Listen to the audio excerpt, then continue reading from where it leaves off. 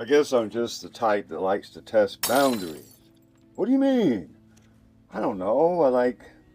When I started doing these little shows, a friend of mine said, hey, let's do a podcast. He had all the equipment and, kind of sound equipment. And we would go out there and do a show and then we'd put it somewhere.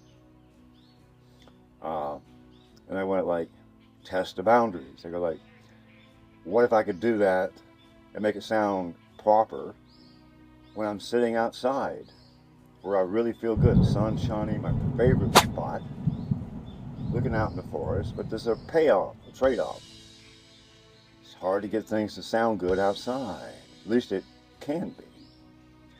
And the audiences are used to very expensive technical gear performing properly. They don't want to hear a cricket. You dropped a pencil. I can't watch you. I can't take you seriously. Yeah, a machine does everything for you, and all you got to do is just absorb perfect presentation everywhere, and the only price you pay is you don't have nothing but garbage. Because now AI can make it sound perfect and look perfect no matter what, without any thought.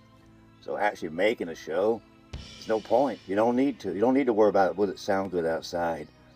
Just make AI make it sound like you're outside. That's all you got to do. But I sit out here and I get comfortable, and that's when my mind works best. Yours probably does too. And I'm watching World War III, happen. And I'm wondering, should anybody even care about football? Especially Georgia football or the SEC. Well, it's kind of like the only thing I've ever done. I mean, that's my whole angle, is talk about football. It may not be as important as Strait of Hormuz, but it is important still. But I don't know. Now the big talk is Georgia kind of doesn't want to play a spring game, and the fans want it, and they don't really want it. And I can't figure out why those things went away, or why would it even come into question, or why did it have a spring game or not. How is that even a discussion?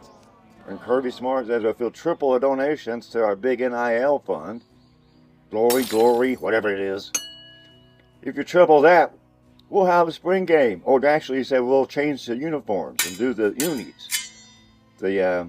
Like a unique uniform, all whites or whatever. The Penn State look, all whites. It was terrible. I hate it. But if they triple the donations, Kirby will let them play in it. I wonder how much it costs to get him to score in the first half. I don't know how many donations you have to jump to get him to win a playoff game. They're thumbing the nose at the fans. You're the mosquito on their beach umbrella. You're the gnat that flies in their face of their crown royals as they twinkle their glasses and enjoy the easy life that they deserve because they're good coaches, a winning program. Why should they listen to the fans? You're the dust that wafts in when they open the door to the fully stocked bar. That's all you are. You pay for everything, and that's all they want you for. If you want something special, you got to pay for it. So, I'd like to find out the current rates for winning a playoff game.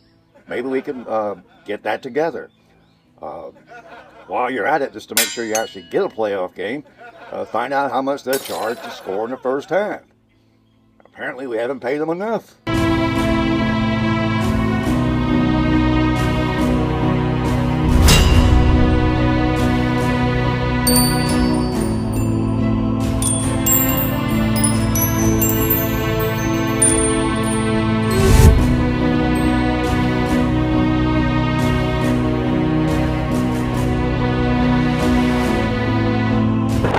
Well, some of you might remember the famous incident with the Olympics. I think it was. I'm not sure who was fighting, but the guy that was from the Caribbean or somewhere, this boxer was fighting.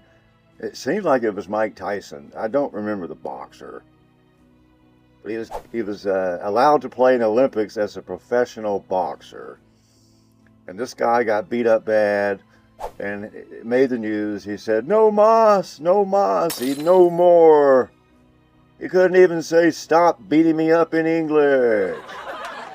And I guess he lost the fight, but it made the headlines. A little meme for whatever year that was. Type in the comments if you remember the no mas guy.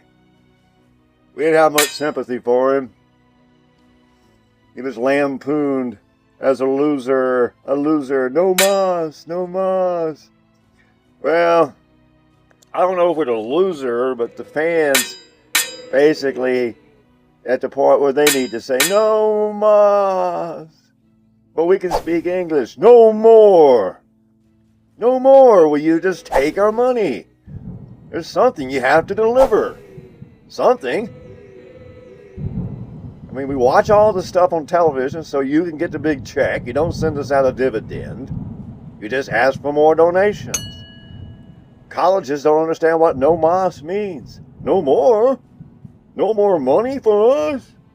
They don't understand what it means. They forgot they had to deliver for anything. There's a reason for any donation. You're expecting something or you support something. Get a tax write-off. I guess that's a good reason. Not saying you shouldn't get one when you give, because charitable is good. Giving is good. Better to give than to receive. Well, don't tell the colleges that. I don't think they understood that one. They think it's much better to receive, and they don't want to give anything at all, unless they have to. You've already won 2 titles. You got more than you're supposed to get in a whole generation. You got them back to back. So shut up and leave us alone. You don't get nothing. You want special uniforms? You pay for it. You want to score? You want to score in the first half? Well, we'll talk about the price. Want us to win a dang playoff game? Here's the rates. Now, what are you willing to pay for? We don't have a Mark Cuban to bail us out. We just have a whole bunch of donors that are just normal college donors. They just give a little. Most of it's probably just happy graduates that genuinely feel like UGA helped them out and they want to support them. But fans, they are getting gouged, and it's not just Georgia, it's everywhere. Every school is gouging the fans, and no one really cares about them. They take you for granted. But with oil and at almost $200 a barrel, I'm not so sure everybody's going to be giving like they did. I'm not sure they're going to triple the Glory Fund just because you want to pull another extortion angle on us.